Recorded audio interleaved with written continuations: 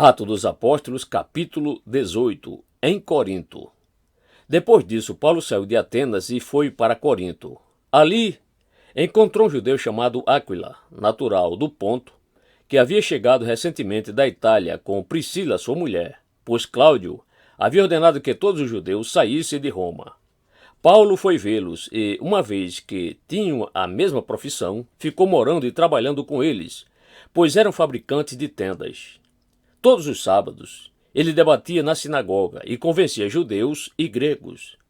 Depois que Silas e Timóteo chegaram da Macedônia, Paulo se dedicou exclusivamente à pregação, testemunhando a judeus que Jesus era o Cristo.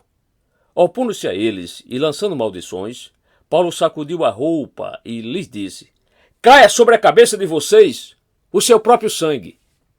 Estou livre da minha responsabilidade. De agora em diante irei para os gentios." Então Paulo saiu da sinagoga e foi para a casa de Tício Justo, que era temente a Deus e que morava ao lado da sinagoga. Crispo, chefe da sinagoga, creu no Senhor, ele e toda a sua casa, e dos coríntios que o ouviam, muitos criam e eram batizados. Certa noite, o Senhor falou a Paulo em visão: "Não tenha medo, continue falando e não fique calado, pois estou com você.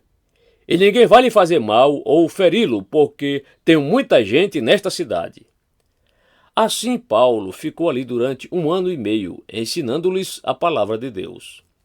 Sendo Galho procônsul da Caia, os judeus fizeram em conjunto um levante contra Paulo e o levaram ao tribunal, fazendo a seguinte acusação: "Este homem está persuadindo o povo a adorar a Deus de maneira contrária à lei." Quando Paulo ia começar a falar, Galho disse aos judeus: "Se vocês, judeus, estivessem apresentando queixa de algum delito ou crime grave, seria razoável que eu os ouvisse. Mas, visto que se trata de uma questão de palavras e nomes de sua própria lei, resolva o problema vocês mesmos. Não serei juiz dessas coisas." E mandou expulsá-los do tribunal.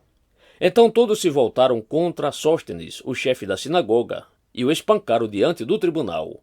Mas Galho não demonstrou nenhuma preocupação com isso. Priscila, Áquila e Apolo.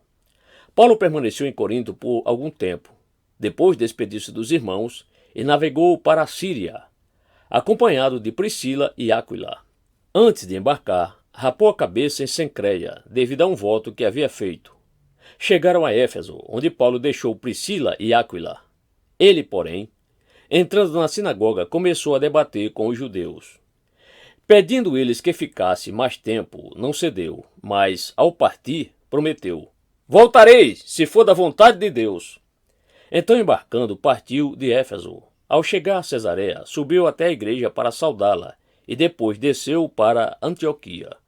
Depois de passar algum tempo em Antioquia, Paulo partiu dali e viajou por toda a região da Galácia e da Frígia, fortalecendo todos os discípulos. Enquanto isso, um judeu chamado Apolo, natural de Alexandria, chegou a Éfeso. Ele era homem culto e tinha grande conhecimento das Escrituras. Fora instruído no caminho do Senhor e com grande fervor, falava e ensinava com exatidão acerca de Jesus, embora conhecesse apenas o batismo de João. Logo começou a falar corajosamente na sinagoga. Quando Priscila e Áquila o ouviram, convidaram-no para ir à sua casa e lhe explicaram com mais exatidão o caminho de Deus. Querendo ele ir para a Caia, os irmãos o encorajaram e escreveram aos discípulos que o recebessem. Ao chegar, ele auxiliou muito os que pela graça haviam crido, pois refutava vigorosamente os judeus em debate público, provando pelas Escrituras que Jesus é o Cristo.